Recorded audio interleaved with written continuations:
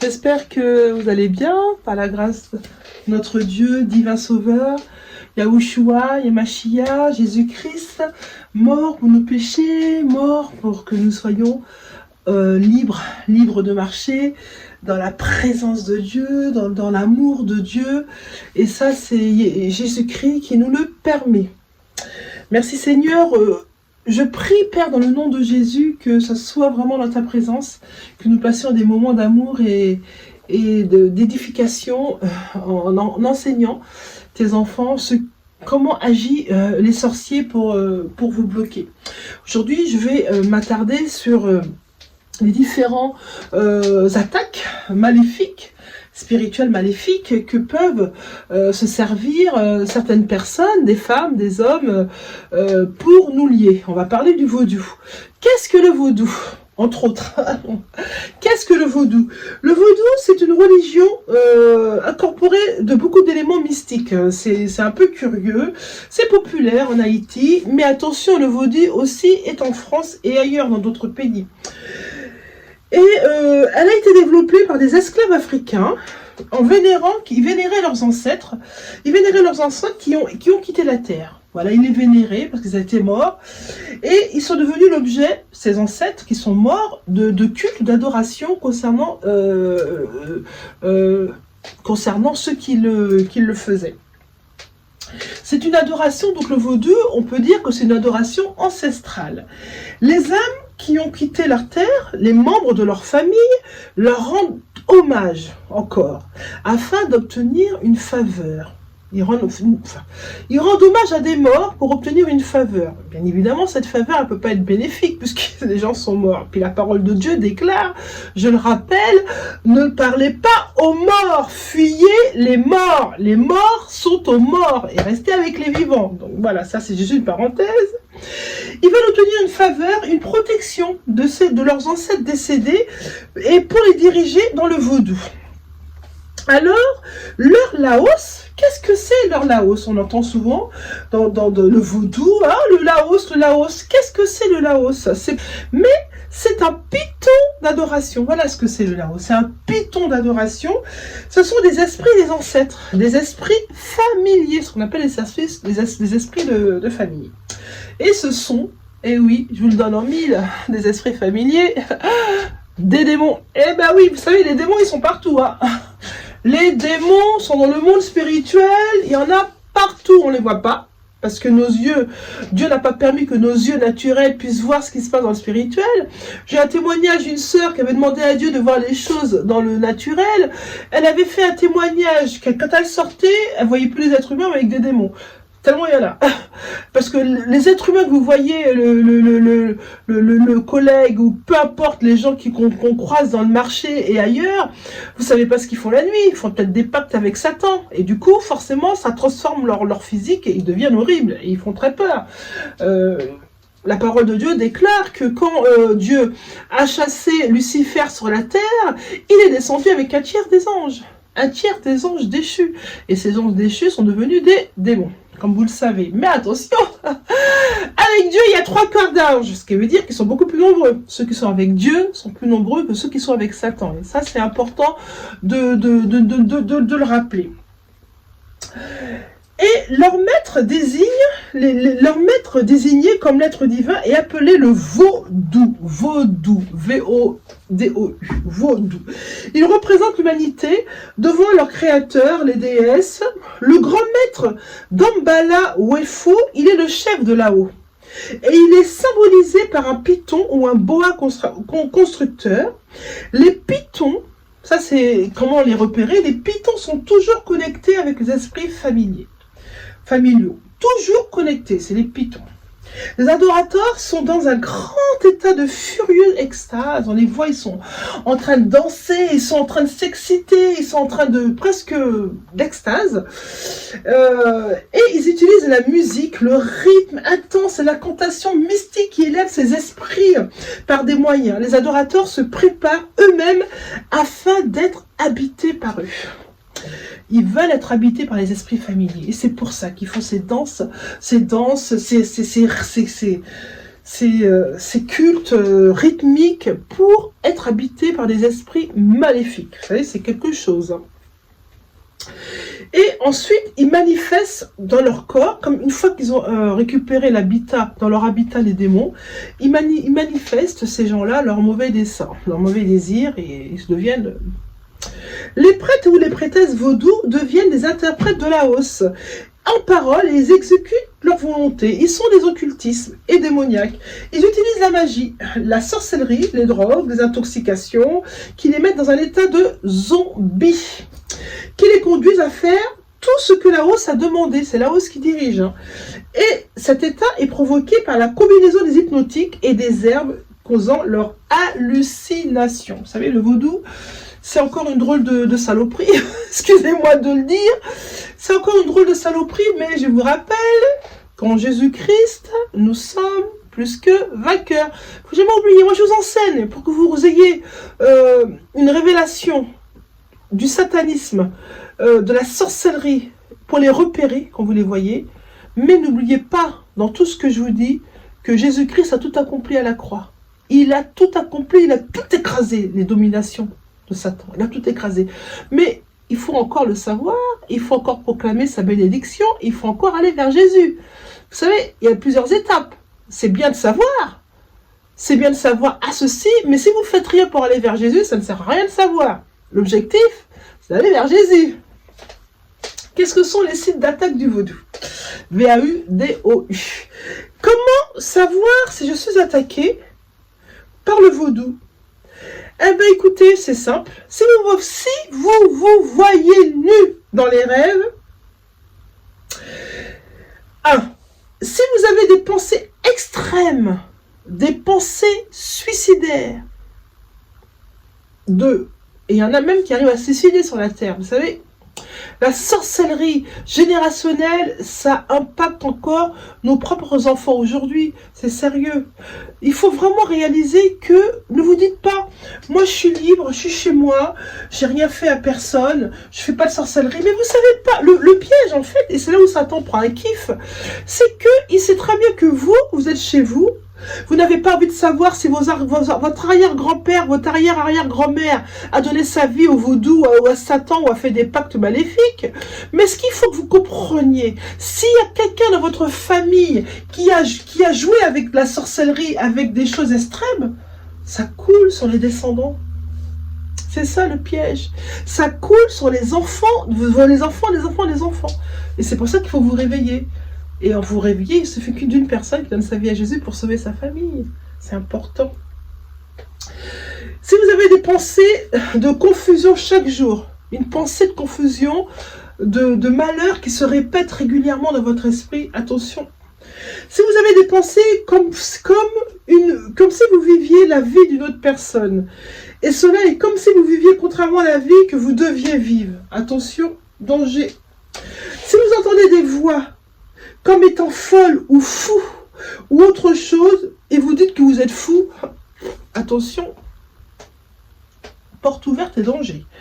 Si vous vivez dans l'immoralité chronique, alors l'immoralité chronique, qu'est-ce que c'est? On pourra en dire pendant des pages.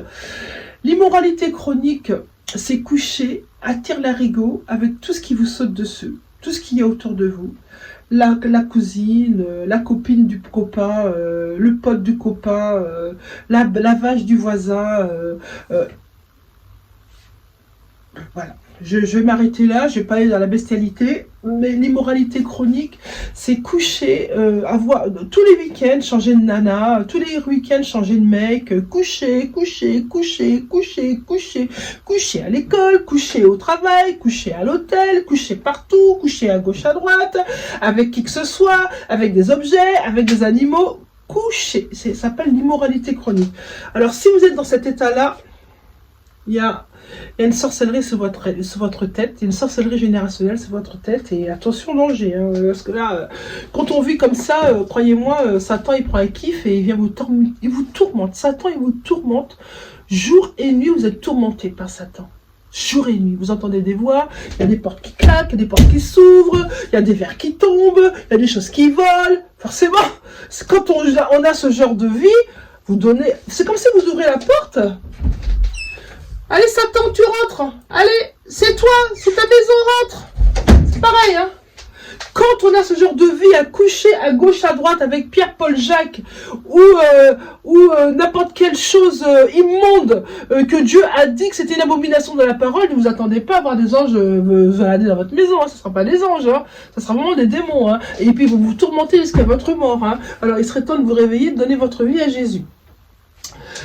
Alors, si vous êtes dans l'ivrognerie chronique, alors là, l'alcoolisme chronique, c'est encore un autre débat, et c'est encore c'est très important. L'alcoolisme chronique, c'est que la personne, elle boit, parce qu'elle est en souffrance, elle croit qu'elle boit, qu'elle est maître de ce qu'elle boit, mais en fait, elle est manipulée. C'est de la manipulation, l'alcoolisme chronique. Attention au danger. Faites attention à l'alcoolisme chronique. Vous savez, quand on voit dans la rue, même moi, ça m'arrive de voir des sans-abri. Ils sont sans-abri, ils n'ont pas de maison, mais ils ont de quoi acheter de leur boisson et ils sont quasiment sous tous les jours.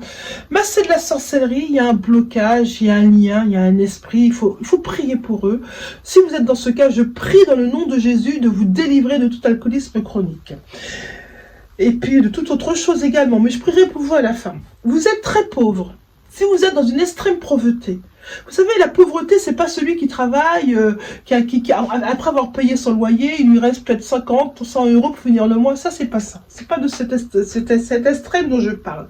C'est celui qui est pauvre, qui n'a rien, qui n'a pas de maison, je suis occupé, qui n'a pas de maison, qui a de moins en moins d'argent, qui n'a pas d'argent, qui vole pour subvenir à ses besoins, c'est ça, je parle de les gens très très très pauvres, qui n'ont rien, tous les mois, c'est bis repetita, qui n'ont rien.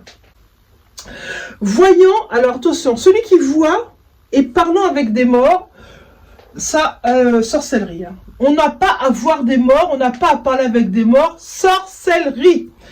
Si vous vous trouvez dans une réunion avec des membres de votre famille qui sont morts ou vivants dans les rêves, attention, danger. Si vous dansez avec l'âme d'un membre de la famille qui est mort, attention, danger.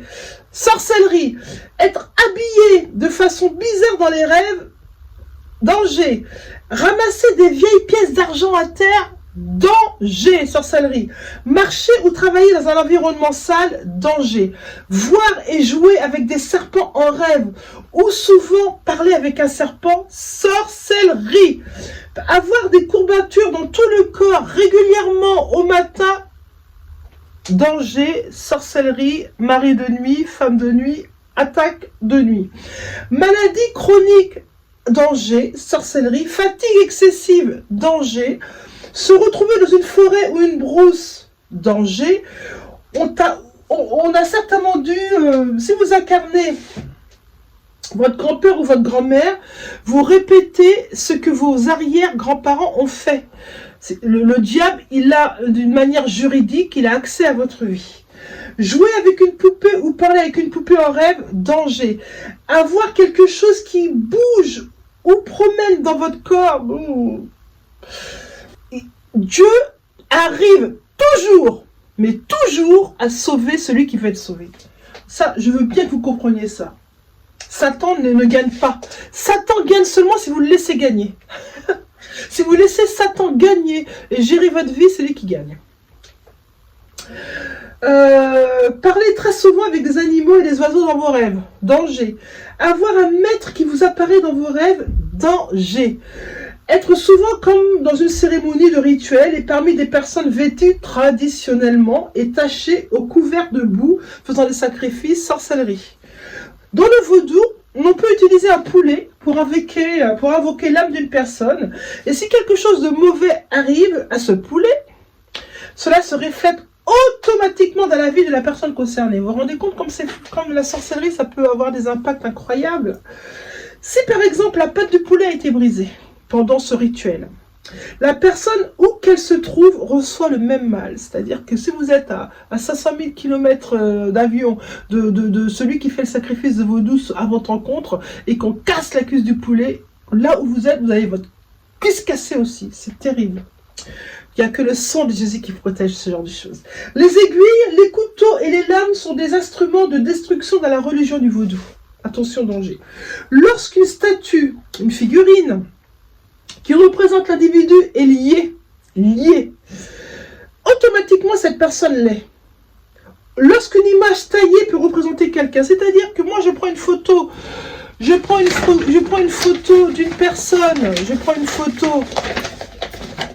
personne, j'ai la photo, je brûle cette photo, je la brûle pour détruire la vie de la personne, automatiquement la personne qui a été la cause de ce que je suis en train de faire est liée. Vous savez, la sorcellerie, ça a un impact, vous n'avez pas idée, mais le sang de Jésus, le baptême, nous protège et nous sauve de tout ça.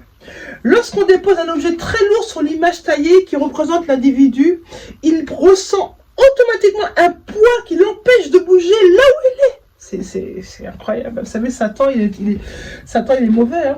Satan, il est pas gentil, il n'est pas votre copain. Hein. Deux personnes peuvent être liées par ces images taillées qui appartiennent au vaudou, et deux personnes de comportements différents peuvent être liées. Par des images taillées, des amis peuvent se séparer. Deux personnes mariées peuvent se séparer. Vous êtes un couple. Le vaudou, la magie du vaudou a la possibilité de faire divorcer des gens, de se séparer des gens. Le sang de Jésus protège de cela. Ben oui, Jésus, il est mort pour nous protéger de tous les actes de Satan, les attaques de Satan. C'est ça le propre. Il est là, il est venu pour ça, Jésus, sur cette terre. C'est pour nous sauver. Merci Seigneur pour que toutes ces choses, que vous compreniez que ces choses sont un frein dans votre vie. Je vous ai cité, c'est pour que vous réalisiez que la sorcellerie, c'est pas de la rigolade. Je vais lire deux versets bibliques. Exode 32:1. Le peuple, voyant que Moïse tardait à descendre de la montagne, s'assembla autour d'Aaron et lui dit: Allons, fais-nous un Dieu qui marche devant nous, car ce Moïse et cet homme qui nous a fait sortir du pays d'Égypte, nous savons ce qu'il est devenu. Ésaïe 19:3 déclare: L'esprit de l'Égypte disparaîtra au milieu d'elle, et j'anéantirai son conseil. On consultera les idoles et les enchanteurs, ceux qui évoquent les morts et ceux qui prédisent l'avenir. Je déclare à présent. Vous savez, ces versets bibliques, vous voyez, quand Moïse est monté, il tardait à descendre, tout de suite, le peuple a commencé à être confondu, ils s'assemblaient, ils ont commencé à vouloir créer un veau d'or, un veau satanique. Tout ça, c'est pour vous dire qu'il faut rester dans la présence de Dieu et de ne pas écouter les voix étrangères qui sont hors de la volonté de Dieu. Parce que ces voix étrangères vont toujours vous amener à la perdition. Le psaume 9, le chapitre 9, versets 9 à 11 déclare: L'Éternel est un refuge pour l'opprimé, un refuge au temps de la détresse. Ceux qui connaissent ton nom se confient en toi, Père. Car tu n'abandonnes pas ceux qui te cherchent. L'Éternel ne vous abandonnera pas. Si vous cherchez l'Éternel, il ne vous abandonnera pas. Le psaume 11,6 déclare: Il fait pleuvoir sur les méchants des chardons de feu, et du soufre. Un vent brûlant, c'est le cadice qu'ils ont en partage. Merci Seigneur. Il n'y a pas d'autre pouvoir dans le nom de Jésus qu'en est quelconque entre autres noms sous le ciel. Donc il faut prendre autorité et vous délivrer de toutes ces captivités dans le nom de Jésus. Le pouvoir nous a été donné à la croix, à Golgotha, par Jésus-Christ. Les pouvoirs, sur tous les pouvoirs de l'ennemi, selon la parole de Dieu. Nous y croyons, nous sommes croyants. La seule manière, par Satan et ses démons ont le dessus sur nous, c'est par le péché et l'ignorance. C'est comme ça qu'il vous lie. Parce que vous péchez, ou si vous ne péchez pas, vous êtes dans l'ignorance et vous restez tranquillement chez vous, en pensant, pouf, pouf, pouf, pouf, ça n'arrivera qu'au voisin, ça n'arrivera pas à moi. C'est l'ignorance, de ne pas connaître son passé et les ancêtres de notre famille, de ce qu'ils ont fait. Saisissons les âmes auxquelles Christ a pourvu, pour toi et pour moi, par le combat pour l'ennemi, au nom de Jésus. Il faut vraiment que vous réalisiez que Jésus est mort pour nous enlever de ces tourments-là. Il est mort. Le nom pour le Dieu des esprits ancestraux de Vaudou, et au statut de Vaudou, cette idée est basée sur l'ancêtre de la lignée familiale, élever une statue de demi-dieu après la mort. Nous nous mettons à genoux devant aucune statue. Aucune statue imagée ou réelle. Ne nous mettons jamais devant cette statue. Restons focalisés sur Jésus. Parce qu'en faisant ça, en nous mettant à genoux sur une statue, une image, des choses célestes, des choses qui sont dans le ciel, Dieu nous a interdit de faire ça. Il a dit ne reproduisez aucune image qui soit dans le ciel. Dieu nous l'a interdit. En le faisant, on fait rentrer chez nous des mauvaises, de la sorcellerie.